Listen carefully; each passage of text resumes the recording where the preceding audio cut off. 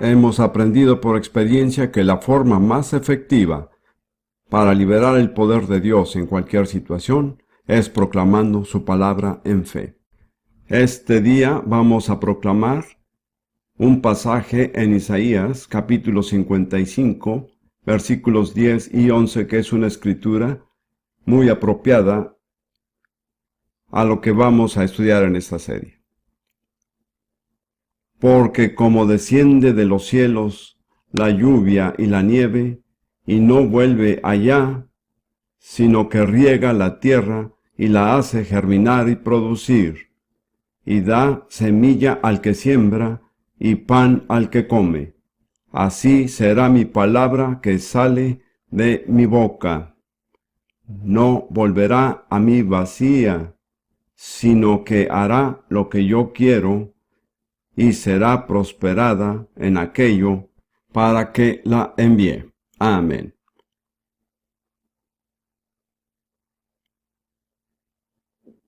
El título de este primer mensaje es Fundado en la Roca. Vamos a comenzar hablando de este tema. La Biblia es un modelo de buena enseñanza y se ciñe a ciertos principios de enseñanza. Uno de ellos es que se empieza con lo conocido para luego llevar a las personas a lo desconocido. Nunca se empieza con lo desconocido, se empieza con lo que ya se conoce y de ahí se llega a lo desconocido. Una de las maneras en que la Biblia hace esto es que toma experiencias y actividades muy sencillas de todos los días y les da un sentido espiritual. Hay varios ejemplos. La Biblia habla de un labrador que siembra la semilla, un pescador que usa una red para pescar, y habla de un soldado que se pone la armadura. Luego, en un contexto completamente diferente, habla de una novia que se prepara para su boda. Estos son solo unos cuantos ejemplos de este principio. Pero la actividad conocida que quiero enfocar es la de construir un edificio. Me parece que este cuadro de la vida cristiana se usa por lo menos con la misma frecuencia que cualquier otro cuadro en la Biblia.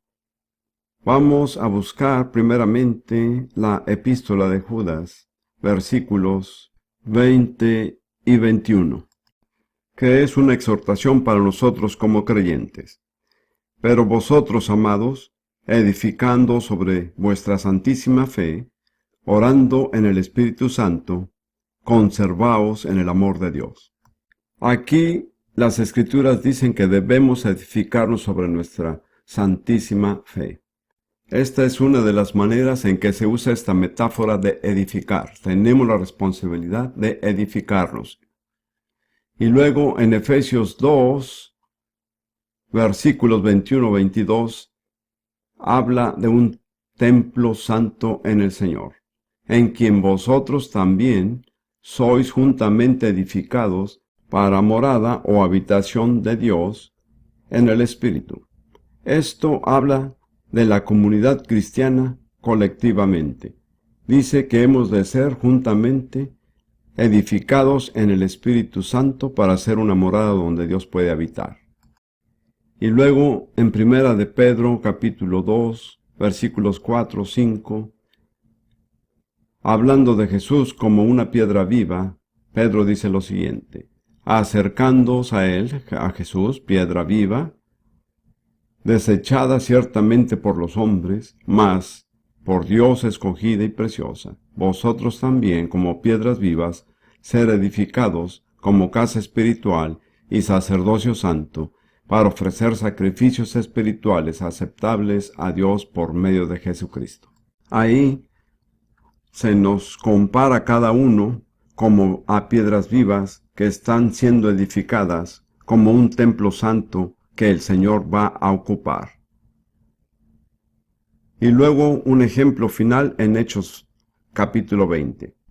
Pablo se despide de los ancianos en Éfeso, quienes amaba con un amor especial, ya que en Éfeso su ministerio había tenido tal vez más éxito que en cualquier otro lugar. Con estas palabras en Hechos capítulo 20 se está despidiendo de ellos y les está diciendo que no lo volverán a ver en esta vida.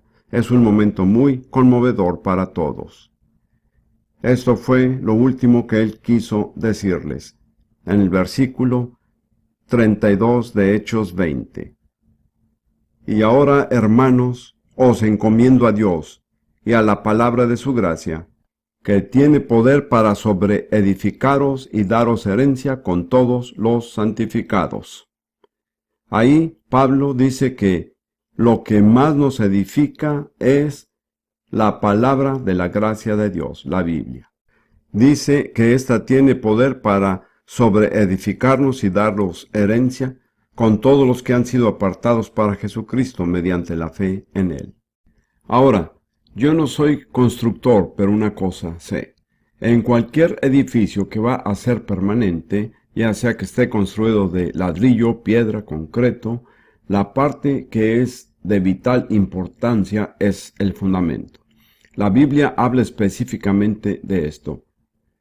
Y es un tema de suma importancia para cada uno de nosotros. Es muy importante tener el fundamento debido, ya que el fundamento fija los límites en cuanto al tamaño y al peso del edificio que se puede construir encima de él. El fundamento fija los límites. También es así en la vida cristiana. No podemos construir una vida cristiana más victoriosa de lo que nos permite nuestro fundamento. Esto es algo de vital importancia. ¿Cuál es su fundamento?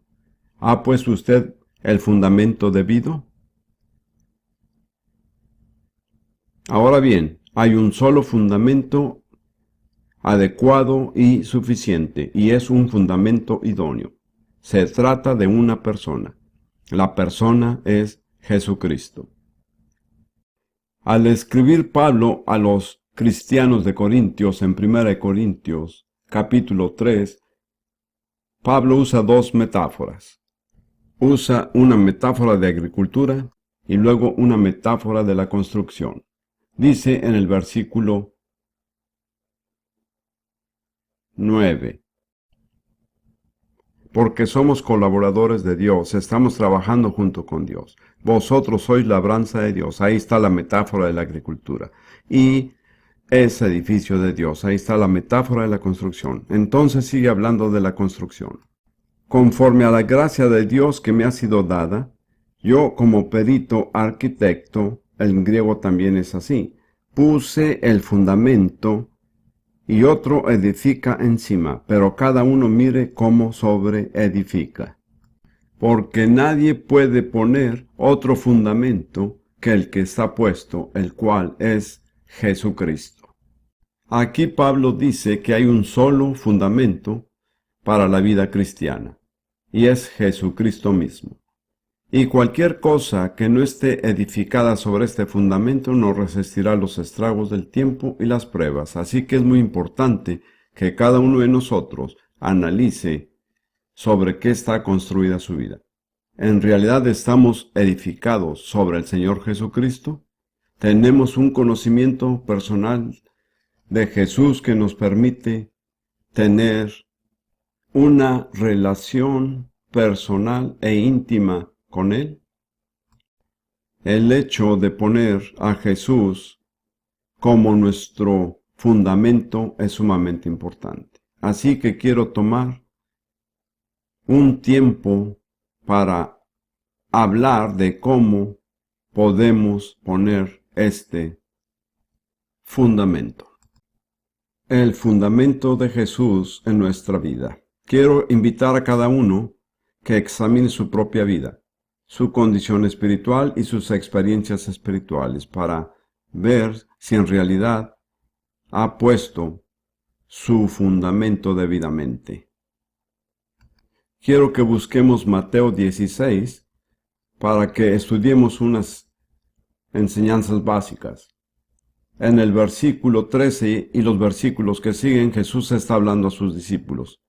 Y dice: viniendo Jesús a la región de Cesarea de Filipo, preguntó a sus discípulos diciendo: ¿quién dicen los hombres que es el Hijo del Hombre? Ellos dijeron: unos Juan el Bautista, otros Elías y otros Jeremías o algunos de los profetas. Luego les hace una pregunta. Él les dijo, ¿y vosotros quién decís que soy yo? Respondiendo Simón Pedro dijo, tú eres el Cristo, el Hijo del Dios viviente. Ese fue un momento crucial en la vida de Pedro y en toda la historia del cristianismo. Tú eres el Cristo, el Hijo del Dios viviente. Entonces le respondió Jesús, bienaventurado eres Simón, hijo de Jonás, porque no te lo reveló carne ni sangre, sino mi Padre que está en los cielos. Y yo también te digo que tú eres Pedro, y sobre esta roca edificaré mi iglesia, y las puertas del Hades no prevalecerán contra ella. De modo que Jesús usa esta conversación con Pedro para señalar la manera en que podemos poner nuestro fundamento sobre Jesucristo mismo. Antes que nada, necesito explicar algunas de las palabras. En el versículo 18, Jesús dice, tú eres Pedro, es decir, Petros en griego. Y sobre esta roca, y en griego la palabra es Petra, edificaré mi iglesia. Muchas veces se ha dicho que Pedro es el fundamento de la iglesia. La verdad es que de ser así, sería una estructura muy tambaleante, porque un poco más adelante Jesús reprendió a Pedro y le dijo, quítate delante de mí, Satanás. Y más adelante Pedro negó al Señor 3 veces. Aún después de la resurrección, Pablo tuvo que reprenderlo por haber comprometido la verdad del Evangelio por temor a los demás judíos. Estoy agradecido de que ni la iglesia ni mi propia vida estén fundadas sobre Pedro. Podemos ver algo en este pasaje, y es muy claro en el manuscrito griego, que es la versión original que tenemos. Jesús dijo, tú eres Pedro, Petras, y sobre esta roca, Petra, edificaré mi iglesia. En griego, Petra significa una piedra o cuando mucho una roca grande, pero en ningún momento algo más grande. Por lo general se usaba la palabra para señalar el tipo de piedra que la gente usaba para apedrear a alguien. Por otra parte, Petra significa una roca afilada que se extiende desde el lecho de roca. Muchas veces se usa esta palabra para hablar de un peñasco, pero lo importante es que forma parte del lecho de roca. ¿En qué consiste este lecho de roca? Es justamente aquella experiencia que acaba de tener Pedro, el hecho de reconocer quién es Jesús en realidad y que solo lo puede revelar el Espíritu Santo. Nadie puede conocer a Jesús y entender quién es en realidad a menos que Dios Padre se lo revele por medio del Espíritu Santo. De modo que esta es la Petra, es la roca firme sobre la cual debe estar basada nuestra fe cristiana. Es un encuentro personal y una revelación personal de Jesús, no como el hijo del carpintero, no como una figura histórica, sino como el Hijo de Dios sempiterno y no creado. Ahí es donde tenemos que llegar si queremos edificar sobre esa roca. Tenemos que tener una experiencia paralela o parecida a la que tuvo Pedro. He dicho muchas veces que podemos hacernos miembros de una iglesia, participar en una ceremonia religiosa, decir una oración y no ser cambiados. Pero si realmente tenemos un encuentro con Jesús, seremos cambiados. Nadie que se encuentra con Jesús queda igual. Así que cada uno de nosotros debe preguntarse, ¿he tenido alguna vez ese encuentro personal con el Señor Jesús que nos transforma? Quisiera plantearles que al tener esta conversación, Pedro pasó por 4 etapas sucesivas. Primeramente, tuvo un encuentro. Jesús y Pedro se encontraron cara a cara. No había nadie de por medio, ningún sacerdote o mediador. Fue un encuentro directo y personal con Jesús. Y ahí es donde tenemos que llegar. Jesús dijo en otra parte, yo soy la puerta, el que por mí entrare será salvo. Hay una sola manera de entrar al reino de Dios, y es por la puerta. La puerta no es una iglesia, no es una doctrina, es Jesús. Yo soy la puerta. En segundo lugar, después de este encuentro hubo una revelación dada por Dios Padre por medio del Espíritu Santo. Jesús dijo, no te lo reveló carne ni sangre. No podemos alcanzar esto mediante nuestros sentidos.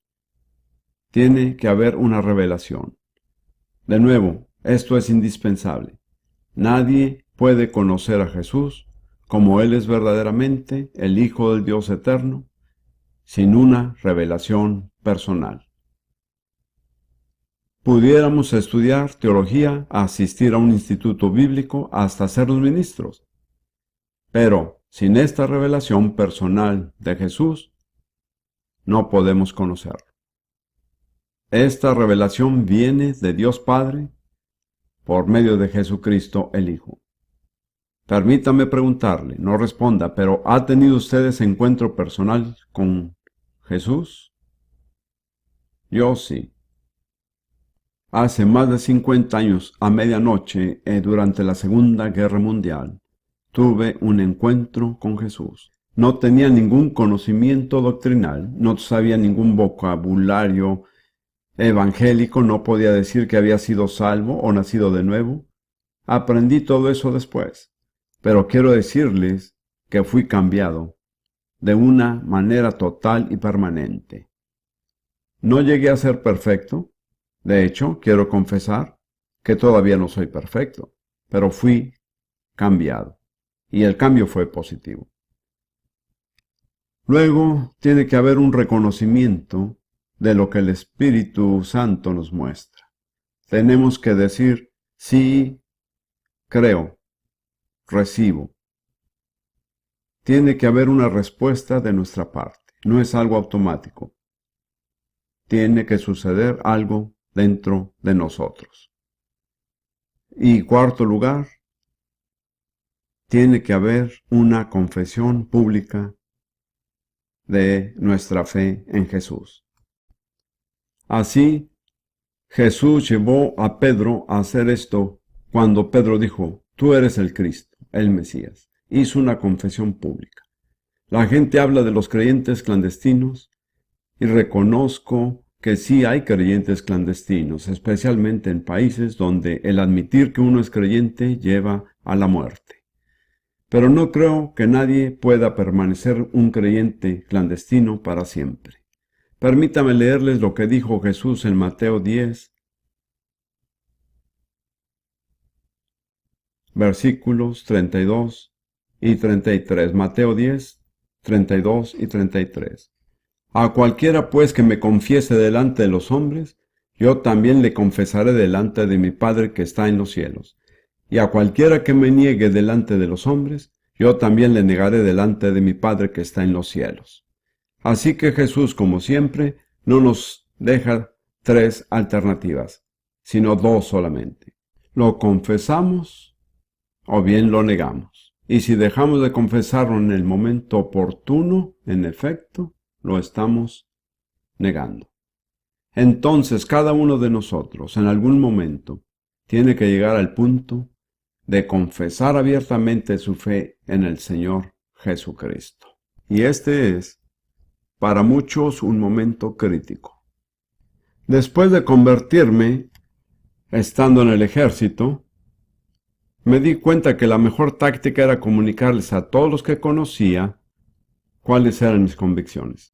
Así nunca tenía que volver y decir, pues en realidad no te dije al principio, pero no lo hacía como un acto religioso, pero cada noche en la barraca o donde quiera que estaba, me arrodillaba al lado de mi cama y oraba.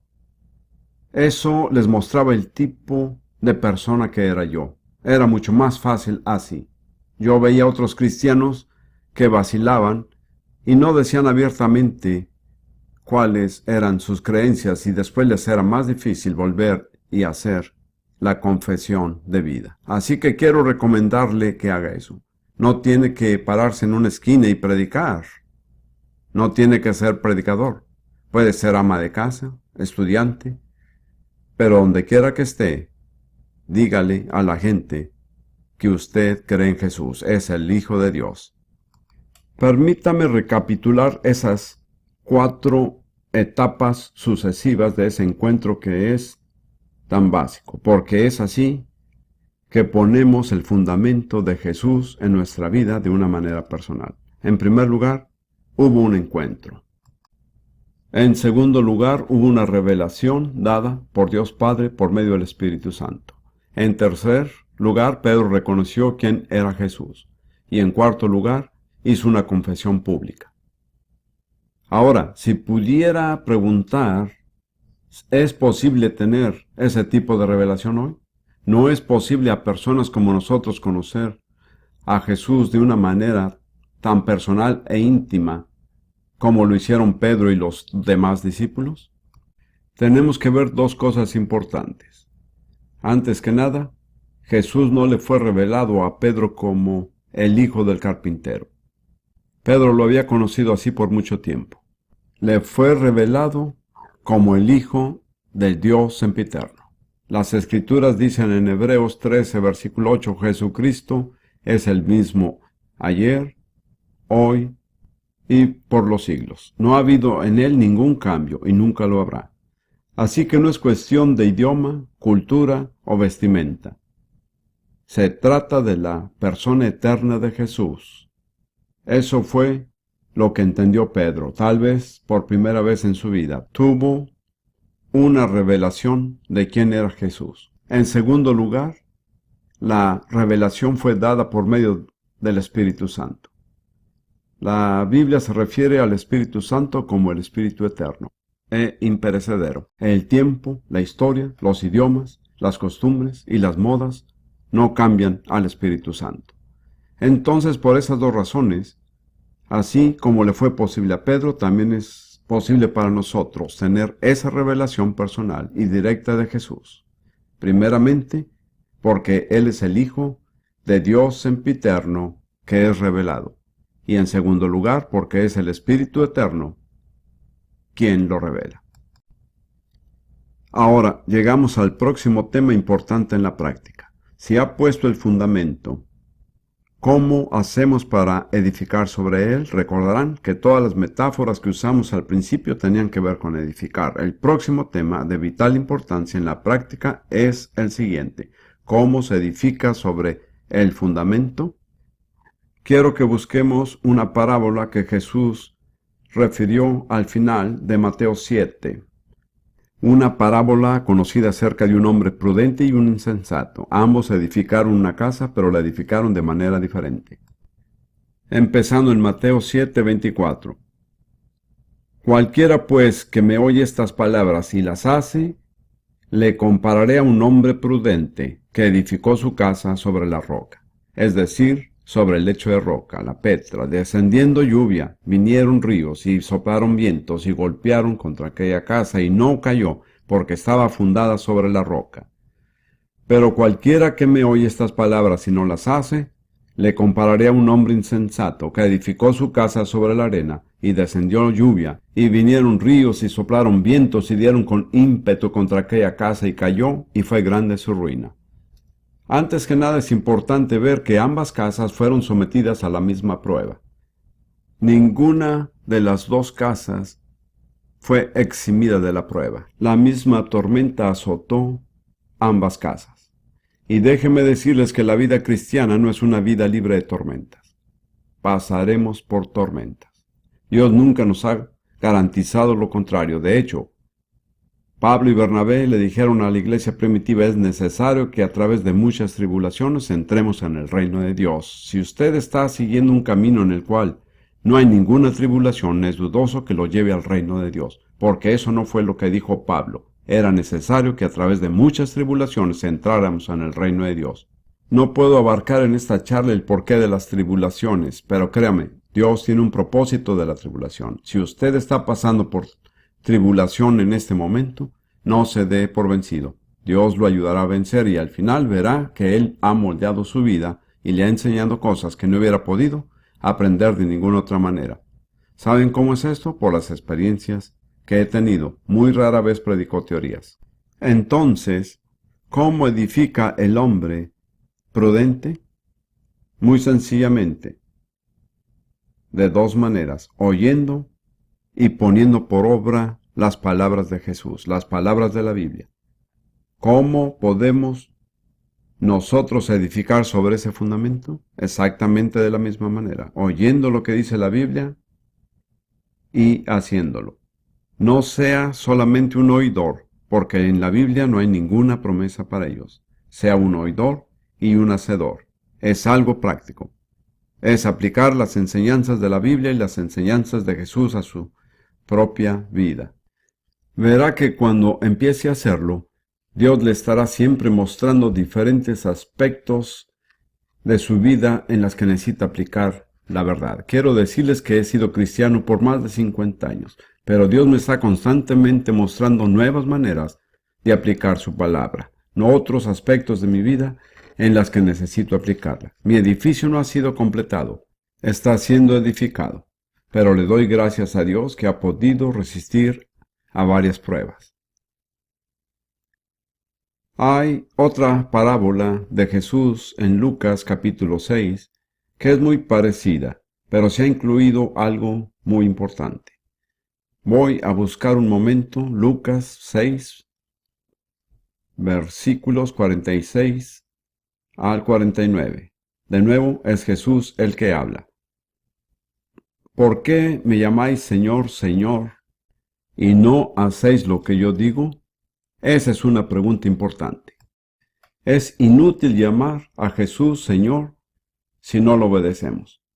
Porque si el calificativo Señor denota a alguien que ha de ser obedecido, Jesús dice que nos cuidemos de hacer una confesión con nuestra boca que no afecte la manera en que vivimos. Luego sigue con la parábola. Todo aquel que viene a mí y oye mis palabras y las hace, os indicaré a quién es semejante.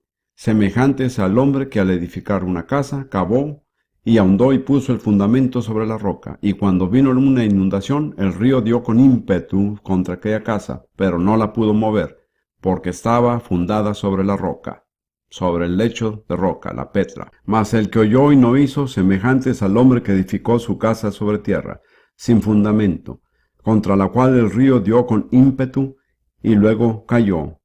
Y fue grande la ruina de aquella casa. Pues en Lucas se incluye un detalle importante que no es en Mateo. Me pregunto cuántos de ustedes lo habrán notado. Dice que el hombre que quería llegar al lecho de roca tuvo que cavar hondo. Antes de poder edificar sobre el lecho de roca, tuvo que quitar de en medio muchas cosas. Y así es para muchos de nosotros, tal vez no para todos. Pero para la mayoría de nosotros, que hemos crecido en una cultura supuestamente cristiana, hay muchas cosas que quitar antes de poder llegar al lecho de roca. Los que han crecido en una cultura no cristiana también tendrán que eliminar ciertas cosas, pero estas serán diferentes. Quiero mencionar 5 cosas que, en mi opinión, tenemos que remover. La primera son las tradiciones.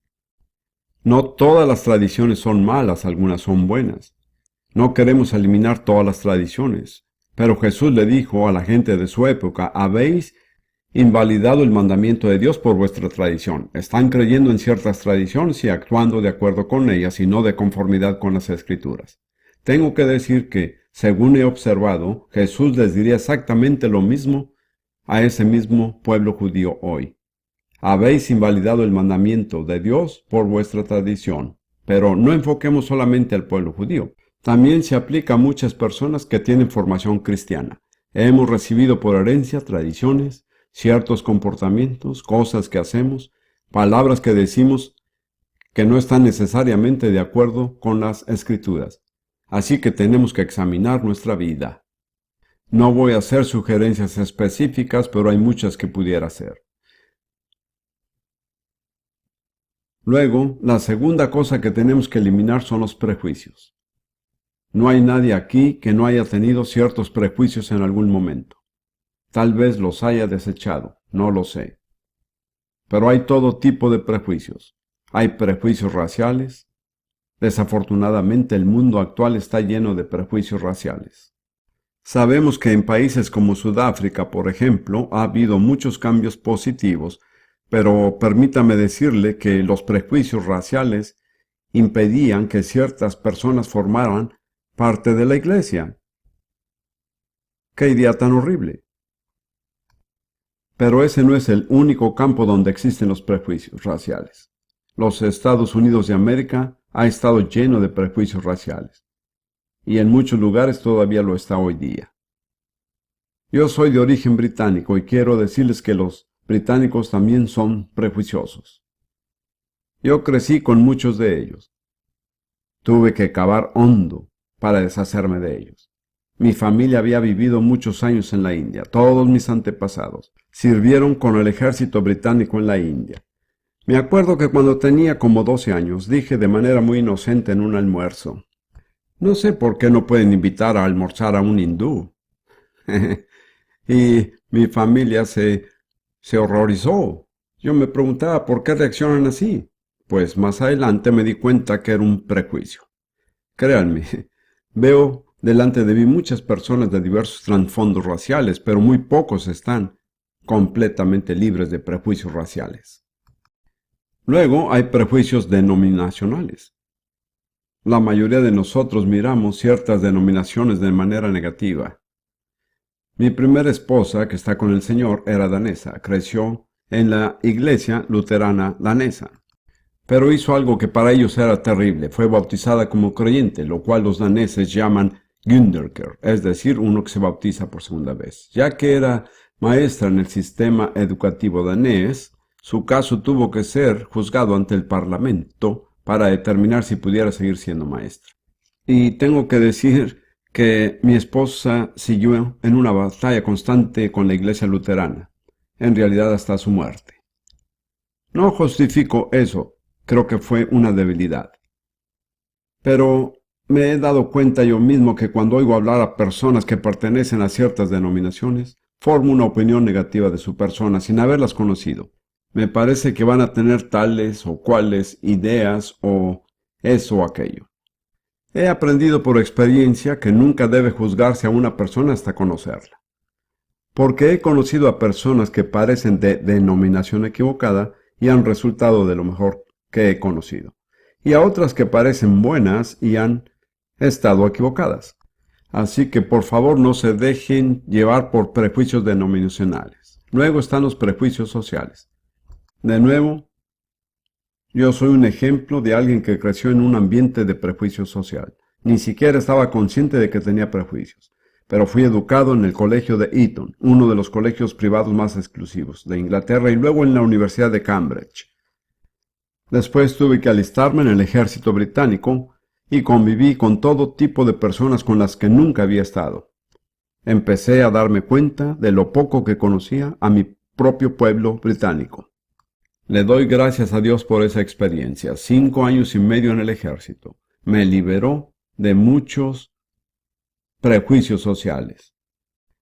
Siendo de familia de oficiales del ejército, estaba acostumbrado a moverme en ese nivel. Y al no estar a ese nivel, aprendí algo.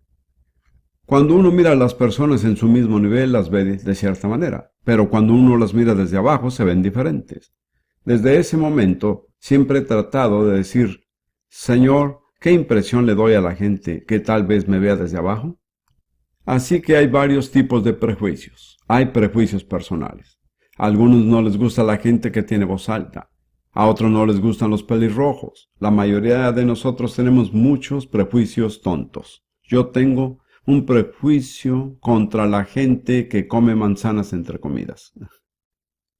Me esfuerzo por vencerlo, pero en el fondo todavía persiste porque simplemente me molesta aquel ruido. Además de esto, están las ideas preconcebidas. Hay personas que tienen una imagen completamente falsa de quién es Jesús. Para ellos Jesús es una persona extremadamente dócil, el niño Jesús de los cantos navideños. Ese no es el verdadero Jesús. Él no es así. A veces nos sacude y está muy presto a eliminar nuestros prejuicios e ideas preconcebidas. Hay muchas maneras en que podemos tener ideas preconcebidas. Ideas preconcebidas de lo que significa ser cristiano. Al haber crecido con la formación religiosa que ya les he relatado, decía entre mí, pues si fuera a ser cristiano, tendría que ser miserable por el resto de mi vida. Como Pat Boone pensaba, no vale la pena llegar al cielo si tengo que pasar 70 años sufriendo en la tierra, así que eliminé la posibilidad de ser cristiano, hasta que tuve un encuentro con Jesús.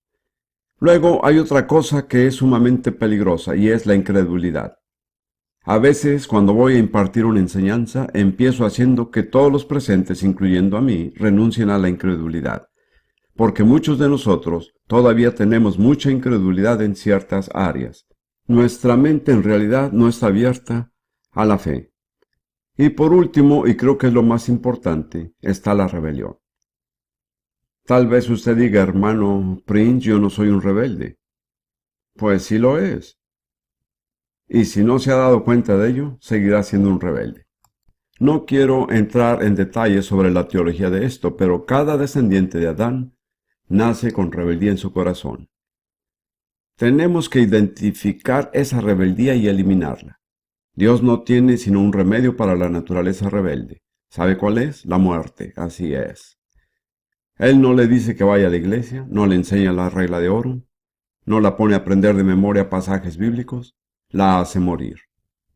Pero la misericordia de Dios es que esa muerte tuvo lugar hace casi 2000 años cuando Jesús murió en la cruz. Nuestro viejo hombre fue crucificado con él.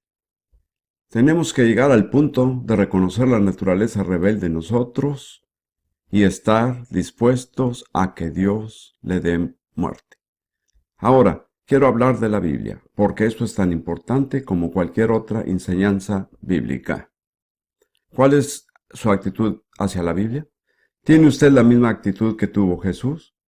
Solo quiero tomar un pasaje del Evangelio de Juan, capítulo 10, versículo 35. No voy a explicar el contexto porque tomaría mucho tiempo. Jesús dijo, si Dios llamó dioses a aquellos a quienes vino la palabra de Dios, y la escritura no puede ser quebrantada. Este es un versículo muy importante, porque aquí Jesús usa los dos calificativos principales de la Biblia: la palabra de Dios y la escritura. El hecho de que la Biblia lleve el nombre la palabra de Dios nos muestra que provino de Dios, no del hombre. Surgió a través de canales humanos, pero es una palabra que proviene de Dios. La expresión la escritura significa aquello que ha sido escrito. Dios ha dicho muchas cosas que no han sido escritas, pero por orden divina, la Biblia contiene los dichos de Dios que Él consideraba que era necesario que se escribieran. Esa es la escritura, quiere decir lo que está escrito. Y con respecto a esto, Jesús hizo una afirmación muy sencilla. La escritura no puede ser quebrantada. La gente puede discutir acerca de la inspiración o la autoridad de la Biblia, pero Jesús lo dijo todo. No puede ser quebrantada. Tiene la autoridad absoluta. Se cumplirá a cabalidad. Todo lo que se dice se llevará a cabo como está escrito. Uno puede pronunciarse en contra de ella y negarla, pero no puede quebrantarla. De hecho, si niega su veracidad, al final lo destruirá. La escritura no puede ser quebrantada. Quisiera que todos dijeran esto conmigo. La escritura no puede ser quebrantada. Ahora dése vuelta y mire a alguien a su lado y dígaselo a la persona mirándolo a los ojos. La escritura no puede ser quebrantada. Muy bien. Ya está claro, hay un sistema de análisis de la Biblia que somete las escrituras a muchas fantasías ridículas y que terminan haciendo de ella un libro totalmente ineficaz. Si hay algo que el diablo quiere hacer en nuestra vida es socavar nuestra fe en la autoridad y exactitud de la Biblia. Pero si somos como Jesús, simplemente diremos que la escritura no puede ser quebrantada. ¿Me oíste, Satanás? La escritura no puede ser quebrantada. Muy bien. Lo que quiero decir ahora es que la Biblia es la palabra de Dios, pero Jesús también es la palabra de Dios.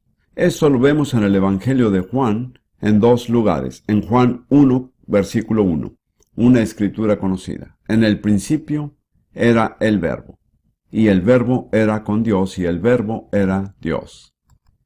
Eso se refiere a Jesús. Él fue la palabra y sigue siendo la palabra. Y en Juan 1, versículo 14, dice, y aquel Verbo fue hecho carne, y habitó entre nosotros, y vimos su gloria, gloria como del unigénito del Padre, lleno de gracia y de verdad. Así que cuando Jesús nació, en la temporada que celebramos de Navidad, aunque en realidad Jesús no nació en diciembre, el Verbo se hizo carne. Pero Él siempre fue el Verbo. Por toda la eternidad había sido el Verbo que era con Dios. Y cuando Él regrese, ¿saben cómo va a regresar? ¿Saben cuál será su nombre? Permítanme decirles, Apocalipsis capítulo 19. Es asombroso. Cuando Él vino, fue el Verbo, y cuando regrese, será el Verbo. Este es un cuadro de Jesús viniendo desde el cielo en gloria para establecer su reino en la tierra. Apocalipsis 19, versículos 11 a 12 y 13. Entonces vi el cielo abierto, y he aquí un caballo blanco, y el que lo montaba se llamaba Fiel y Verdadero, y con justicia juzga y pelea. Sus ojos eran como llamas de fuego, y había en su cabeza muchas diademas, es decir, coronas reales. Y tenía un nombre, escrito que ninguno conocía, sino él mismo. Estaba vestido de una ropa teñida en sangre, y su nombre es el Verbo de Dios. De modo que Él siempre ha sido el Verbo, todavía lo es, y lo seguirá siendo. Eso saca a relucir algo muy importante. Jesús y la Biblia están en completo acuerdo. Su actitud hacia el uno es su actitud hacia el otro. No se puede creer en Jesús y no creer en la Biblia. ¿Entendieron eso?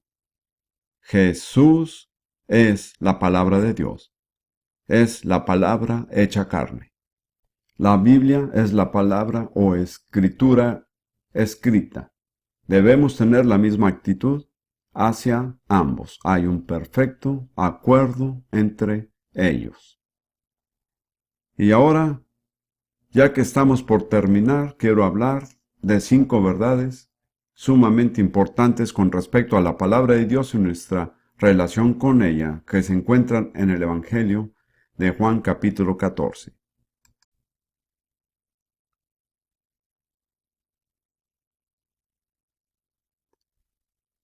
Solamente 3 versículos. De cierta forma, Jesús se está despidiendo de sus discípulos. Les está advirtiendo que Él está por partir y que estarán solos por un tiempo. Es un momento sumamente difícil para los apóstoles y esta revelación los abruma. Pero en medio de esto, Jesús les da una maravillosa revelación de lo que la Biblia debería significar para nosotros. Dice en Juan 14, 19, todavía un poco, y el mundo no me verá más, pero vosotros me veréis, porque yo vivo, vosotros también viviréis. Jesús ahí diferenció entre el mundo, es decir, los que no reconocen a Jesús, y sus propios discípulos. Dijo que el mundo no lo vería, pero que los discípulos sí lo verían. Luego Judas, no el Iscariote, sino el otro Judas, le hizo una pregunta muy pertinente en el versículo 22. Le dijo Judas, Señor, ¿cómo es que te manifestarás a nosotros y no al mundo? Dijo eso porque Jesús dijo que el mundo no lo vería, pero los discípulos sí. Su pregunta era, ¿cómo te manifestarás a nosotros y no al mundo? Ahora, la respuesta que dio Jesús está llena de verdades importantes. En el versículo 23 dice, respondió Jesús y le dijo, el que me ama, mi palabra guardará y mi Padre le amará y vendremos a él y haremos morada con él. Quiero sacar a relucir 5 verdades sumamente importantes en la respuesta de Jesús. Antes que nada, Jesús dijo que se revelaría a sus discípulos y no al mundo. ¿Qué es lo que diferencia a los discípulos del mundo? El hecho de guardar la palabra de Dios. Los verdaderos discípulos guardan la palabra de Jesús. No se distinguen por su denominación, sino por la manera en que se relacionan con la palabra de Dios. Eso es lo que hace que uno sea o impide que uno sea un verdadero discípulo. Es nuestra relación con la palabra de Dios. El guardar la palabra de Dios diferencia a los discípulos del mundo. Y aquí, en esta congregación, cada uno de nosotros está en una de esas dos categorías. Si somos discípulos, guardamos la palabra de Dios. Si no guardamos la palabra de Dios, somos del mundo. Es decir, de aquellos que no están bajo el señorío de Jesús. Luego, la segunda verdad es que Jesús dijo, el que me ama, mi palabra guardará. El guardar la palabra de Dios es la verdadera prueba del amor del discípulo hacia Dios. El amor es lo que nos motiva a obedecer. Es muy importante entender que, como creyentes, nuestra motivación es el amor, no el temor. En cierto sentido, bajo la ley, las personas eran motivadas por temor. Si hacen tal cosa, serán castigados.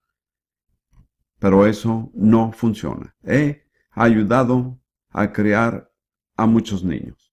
Algunos de ustedes no me creerían si les dijera el número exacto. Pero me di cuenta que mientras están bajo su control como padre, se puede usar el temor. Pero una vez que se separan de uno, si su motivación ha sido el temor, cambiarán.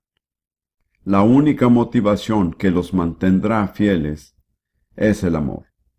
Dios y Jesús fueron muy sabios como para edificar sobre la base del amor y no del temor. De modo que el guardar la palabra de Dios es la verdadera prueba del amor del discípulo hacia Dios. El que me ama, mi palabra guardará. El amor es lo que nos motiva a obedecer. Luego él dice, el que me ama, mi palabra guardará, y mi Padre le amará. Esa es otra realidad grandiosa. El hecho de guardar su palabra es lo que hace que Dios nos ame con un amor especial. De cierta forma, Dios amó al mundo, pero tiene otro nivel y otro tipo de amor hacia los verdaderos discípulos de Jesús, aquellos que guardan su palabra. Luego está la pregunta que hizo Judas. ¿Cómo te manifestarás a nosotros sino al mundo? Y Jesús respondió, el que me ama, mi palabra guardará. Entonces, ¿cómo se revela Cristo a nosotros? Mediante la palabra. Es a través de guardar la palabra que llegamos a conocer mejor a Jesús.